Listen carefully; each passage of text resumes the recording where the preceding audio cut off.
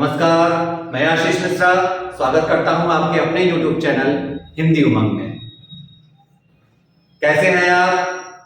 मुझे उम्मीद है कि आप अच्छे ही होंगे। ईश्वर आपको स्वस्थ रखे। इन्हीं शुभकामनाओं के साथ शुरू करते हैं आज की क्लास। तो बच्चों, पिछली क्लास में हमने पढ़ा था भाषा के रूप। आज हम आपको पढ़ाएंगे व्याकरण। तो दोस्तों, मुझे उम्मीद है कि पिछली क्लास आपको समझ में आई होगी, क्योंकि अगर आपको पिछली क्लास समझ में आ गई है अच्छे से, तभी आज आप व्याकरण को समझ सकते हैं कि व्याकरण क्या है, व्याकरण क्यों जरूरी है हमारे लिए, व्याकरण की इंपॉर्टेंस क्या है हिंदी भाषा में। तो आइए समझते हैं कि ये जो व्याकरण है ये क्या है। बच्चों, व्याकरण हमको शुद्ध बोलना यानी शुद्ध उच्चारण सिखाती है। व्याकरण हमें शुद्ध लिखना सिखाती है।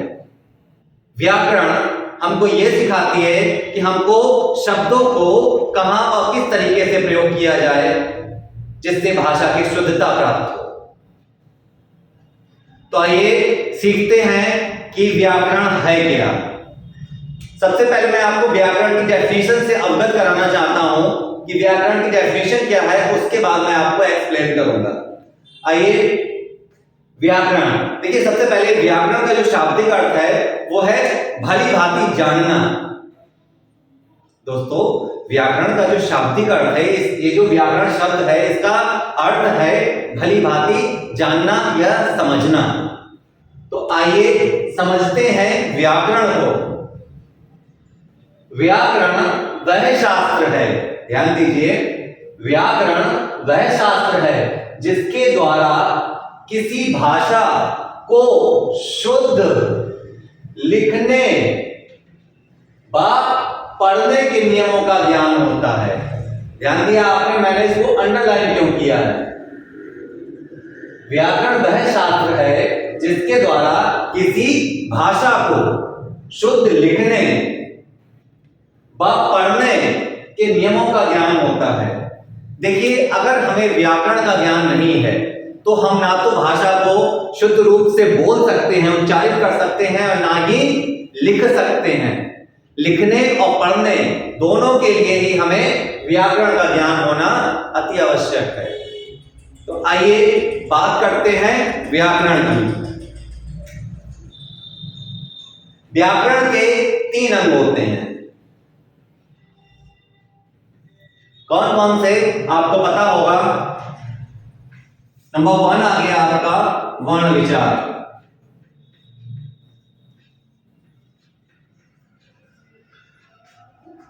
नंबर 2 आ गया है आपका शब्द विचार।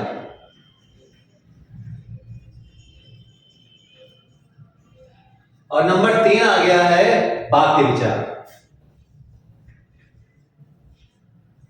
देखिए, समझने की कोशिश कीजिए पूरी, और साथ साथ में आप नोट्स भी बना सकते हैं, क्योंकि आपको जब दोबारा अगर आप भूल जाते हैं, दोबारा आपको समझने की जरूरत पड़ेगी, तो आपके पास नोट्स बने रखे होंगे। आप वो नोट्स उठाइए और तुरंत मेरे वीडियो को आप खोलिए, मैं आपको यहां समझाऊंगा। नोट्स आपके पास बने रखे होंगे तो आपको बहुत जल्दी समझ में आ जाएगा। तो साथ साथ में नोट्स बनाते रहिए। देखिए, ये क्या है, ये है व्याकरण के 3 अंग। क्या है? अंग। किसके अंग है ये है व्याकरण के अंग।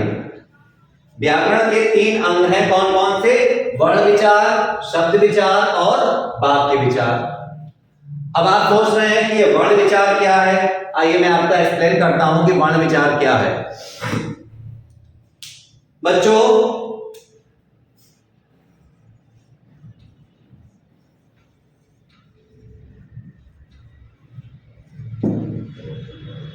आपने वर्णमाला पढ़ी होगी। जब आपने पढ़ाई की शुरुआत की थी उस समय आपको वर्णमाला सिखाई गई होगी, जिसमें आपके टीचर ने आपको सिखाया होगा अब आ इ ई उ ऊ ऋ ए ऐ ओ औ अं आ क ख ग घ इत्यादि। ये क्या है? ये है वर्णमाला। मैं आज आपको बता रहा हूं वर्ण वर्ण विचार क्या है? देखिए ये जो अ आ इ ई क ख ग घ ये सब है, ये क्या है? वर्ण है या अक्षर है। वर्ण और अक्षर दोनों एक बात होती है, तो ये क्या है? ये वर्ण या अक्षर कहलाते हैं। वर्ण विचार नंबर 1 पे आ गया है, नंबर 2 पे आ गया है शब्द विचार, और नंबर 3 पे आ गया है वाक्य विचार। व्याकरण के ये तीनों ही अंग आपस में जुड़े हुए हैं, इसलिए आपको इन तीनों को ही समझना पड़ेगा, तभी आपको व्याकरण का पूरा ज्ञान हो पाएगा। शुरुआत है वर्ण विचार से। शुरुआत है वर्ण विचार से। क्यों? क्योंकि वर्ण से ही शब्द बनते हैं और शब्द से ही वाक्य बनते हैं, और वाक्य से क्या बन जाती है? भाषा। भाषा सीखने के लिए, भाषा समझने के लिए सबसे पहले हमें वर्णों का ज्ञान होना अति आवश्यक है। जैसे क ख ग घ ये क्या है? वर्ण है। इन वर्णों को जब हम मिलाते हैं, इनके सार्थक मेल से क्या बन जाता है? शब्द बन जाता है। और जब हम शब्दों को मिलाते हैं तो क्या बन जाता है? वाक्य बन जाता है। जब एक वाक्य बनता है तो हम अपनी बात, अपने मन के भावों को उस वाक्य के द्वारा दूसरे तक पहुंचाते हैं। आइए जानते हैं कैसे।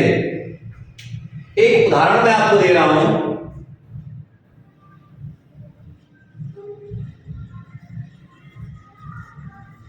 ये क्या है? ये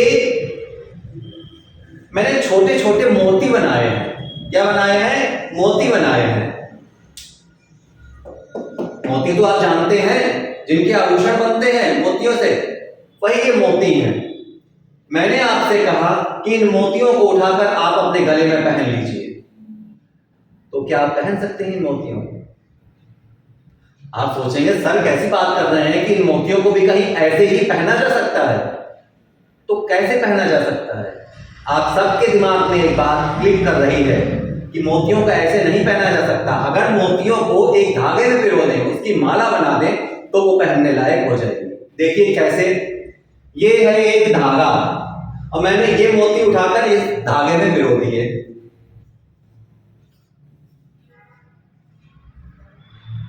अब ये क्या बन गई? माला। अब आप इसको पहन सकते हैं। इसको उठाया और पहन लिया। क्यों? क्योंकि ये धागे में है। ये हमने धागे में पिरो दिए हैं मोती, तो ये माला का रूप ले लिया है इसने। अब आइए समझते हैं इसी तरीके से ये वर्ण क्या है। ये जो वर्ण है, जैसे मान लीजिए मैंने लिखा है, कहीं पर लिख दिया का, कहीं पर लिख दिया चा, कहीं पर लिख दिया टा, कहीं पर लिख दिया मां, और कहीं पर लिख दिया ला। ये अलग अलग, जिस तरीके से ये मोती अलग अलग पड़े हैं, इसी तरीके से ये वर्ण भी अलग अलग पड़े हुए हैं, जिसको हम कहते हैं वर्ण विचार। अब हमें इन वर्ण से क्या बनाना है? शब्द। तो हमें इनको एक माला में पिरोना पड़ेगा, एक माला बनानी पड़ेगी, एक धागे में पिरोना पड़ेगा, तभी तो जिस तरीके से ये छोटे छोटे मोती एक माला बन गए, इसी तरीके से ये छोटे छोटे वर्ण मिलकर क्या बन जाएंगे? शब्द बन जाएंगे। देखिए मैंने एक माला उठाई,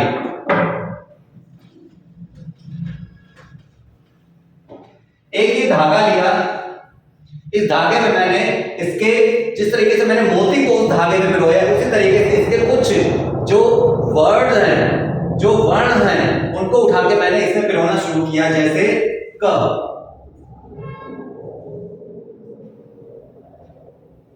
मैंने उठा लिया मां, यहां लिख दिया ल।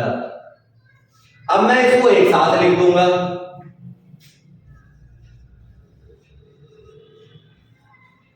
क्या बन गया? कमल। क्या बन गया? कमल। कमल क्या बन गया? कमल बन गया। इन वर्णों को उठाकर मैंने एक साथ लिख दिया, एक माला में पिरो दिया, तो ये क्या बन गए? शब्द बन गए। क्या बन गए? शब्द बन गए। कमल एक शब्द है, एक नाम है।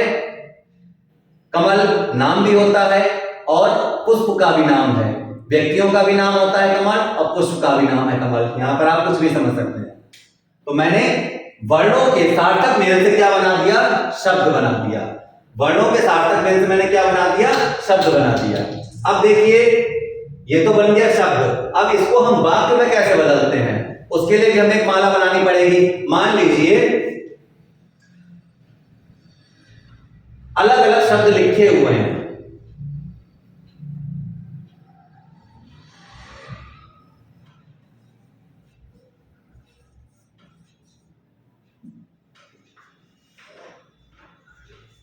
देखिए मैंने ये अलग अलग लिख दिया। अब मुझे फिर एक माला बनानी पड़ेगी। इन मोतियों को भी इसमें पिरोना पड़ेगा, तब ये माला बनेगी। कैसे?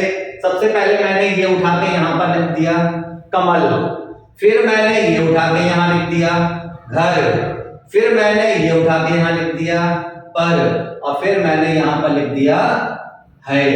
कमल घर पर है। कमल किसी व्यक्ति का नाम है। यहां पर मैंने कहा कि कमल कहां पर है? घर पर है।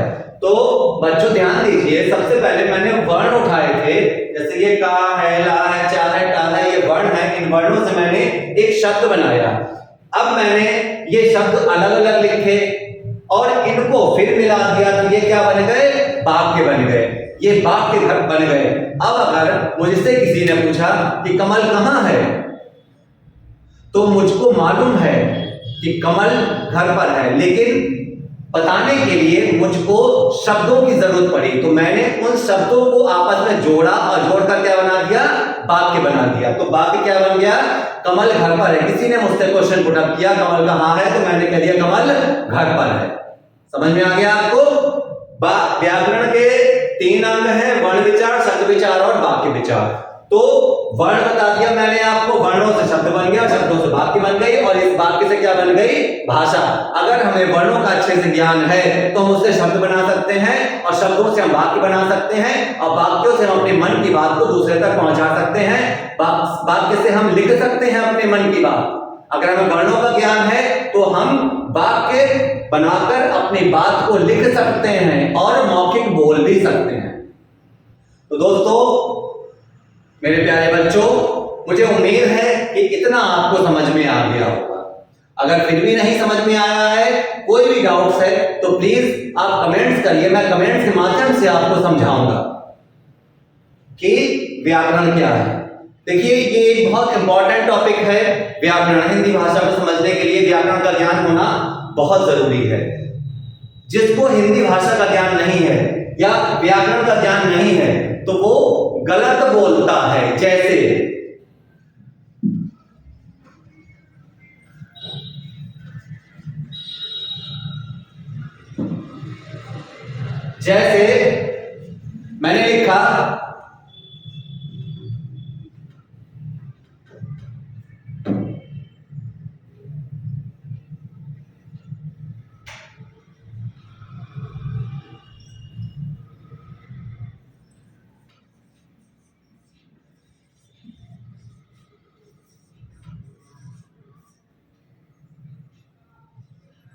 जैसे मैंने लिखा विद्यालय जाती है राम। मान लीजिए मुझको भाषा का ज्ञान नहीं है, मुझको व्याकरण का ज्ञान नहीं है, तो मैं गलत लिख दूंगा विद्यालय जाती है राम। क्या ये सही है? नहीं, ये व्याकरण की दृष्टि से अशुद्ध है। ये क्या है? व्याकरण की दृष्टि से अशुद्ध है। मैंने अगर किसी से कहा विद्यालय जाती है राम, वो मेरी बात को समझ तो लेगा, लेकिन मैं व्याकरण की दृष्टि से गलत बोल रहा हूं, मैं व्याकरण की दृष्टि से गलत लिख रहा हूं। अगर मुझे व्याकरण का सही ज्ञान है तो मैं क्या लिखूंगा कि राम विद्यालय जाता है। क्या हो जाएगा? राम विद्यालय जाता है। इसलिए आपको व्याकरण का ज्ञान होना बहुत जरूरी है, ताकि आप शुद्ध लिख सकें, शुद्ध बोल सकें, और कहां पर आपको क्या प्रयोग करना है इसका ज्ञान भी हो सके व्याकरण के अंतर्गत। तो अब समझ में आया आपको कि व्याकरण हमारे लिए कितने इंपॉर्टेंट है। तो बच्चों, व्याकरण के बाद अब आइए समझते हैं।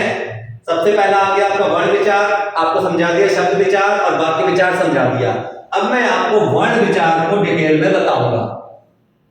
देखिए, ये एक बहुत बड़ा टॉपिक है, कई वीडियो में कंप्लीट होगा, तो आप मेरे सारे वीडियोस को देखते रहिए ताकि आपको इसका पूरा ज्ञान मिल सके।